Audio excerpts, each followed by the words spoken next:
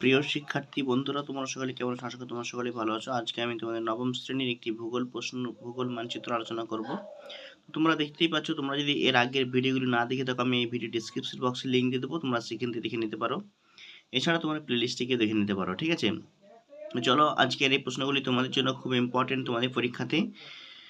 প্রথমে আমরা যেটা আলোচনা করব সেটা দেখতেই পাচ্ছ, ভারতের প্রাচীনতম তৈল খনি, তারপরে পশ্চিমবঙ্গের একটি তাপবিদ্যুৎ কেন্দ্র এবং পূর্ব ভারতের একটি পারমাণবিক বিদ্যুৎ কেন্দ্র এবং ভারতের বৃহত্তম লিগনাইট কয়লা খনি এবং দেখো বাইলাটিরা লোহা খনি।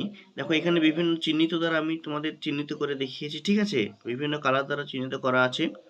তোমরা অবশ্যই ভিডিওটি প্রথম থেকে শেষ পর্যন্ত দেখতে থাকো আর এরকম একটি ইন্ডিয়ান ম্যাপ নিয়ে বসো এবং যেগুলো তোমাদের যেভাবে পয়েন্টিং করে দেখানো আছে সেভাবে তোমরা পয়েন্টিং করো। দেখো, প্রথমে আমরা দেখে নেব ভারতের প্রাচীনতম তৈল খনি। দেখো এইরকম ব্লু কালার চিহ্ন দ্বারা আছে, ঠিক আছে? ভারতের প্রাচীনতম তৈল খনি, এটা আশা করি তোমরা অনেকেই জানো। ভারতের একটি প্রাচীনতম তৈল খনির নাম ডিগবয়। মোস্ট ইম্পর্টেন্ট, তোমরা এই জায়গাটা পয়েন্ট করবে, দেখতেই পাচ্ছ। কারো বুঝতে অসুবিধা হলে আমাকে কমেন্ট বক্সে কমেন্ট করে জানো। এই জায়গাটা তোমরা পয়েন্ট করে নেবে, ভারতের প্রাচীনতম তৈল খনি ডিগবয়, ঠিক আছে? তারপরে দেখো নেক্সট, পশ্চিমবঙ্গের একটি তাপবিদ্যুৎ কেন্দ্র। পশ্চিমবঙ্গের একটি তাপবিদ্যুৎ কেন্দ্র, এটাও তোমরা অনেকেই পরিচিত। দেখো পশ্চিমবঙ্গের তাপবিদ্যুৎ কেন্দ্র কোলাঘাট, তোমরা এই জায়গাটা পয়েন্ট করবে। মোস্ট ইম্পর্টেন্ট কিন্তু তোমাদের ফাইনাল পরীক্ষার জন্য। তোমরা অবশ্যই ভিডিওটি প্রথম থেকে শেষ পর্যন্ত দেখতে থাকো এবং তোমাদের যেভাবে পয়েন্টিং করে দেখিয়েছি তোমরা সেইভাবে পয়েন্টিং করে নাও।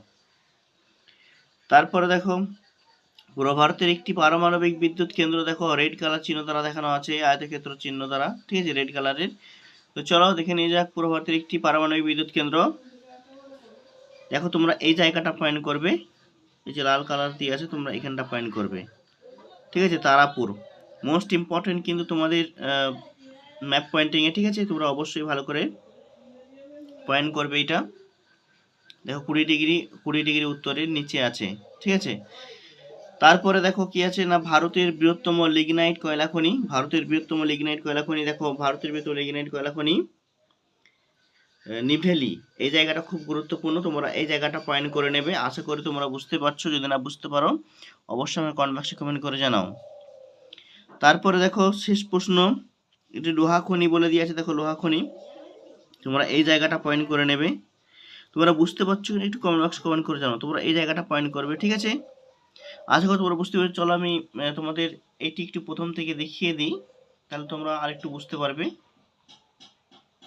দেখো খুব সুন্দরভাবে করে দিয়ে আছে। তো বন্ধুরা, এই ছিল তোমাদের আজকের ভিডিওটি কেমন লাগলো তোমরা অবশ্যই কমেন্ট বক্সে কমেন্ট করে জানাও। যদি ভালো লাগে বন্ধুদের মধ্যে শেয়ার করো, লাইক করো আর চ্যানেলে নতুন হয়ে চ্যানেলটি সাবস্ক্রাইব করে পাশে থাকা নোটিফিকেশন অন করো, যাতে করে এই ধরনের ভিডিও যখন আপলোড করব তোমাদের কাছে সবার আগে নোটিফিকেশন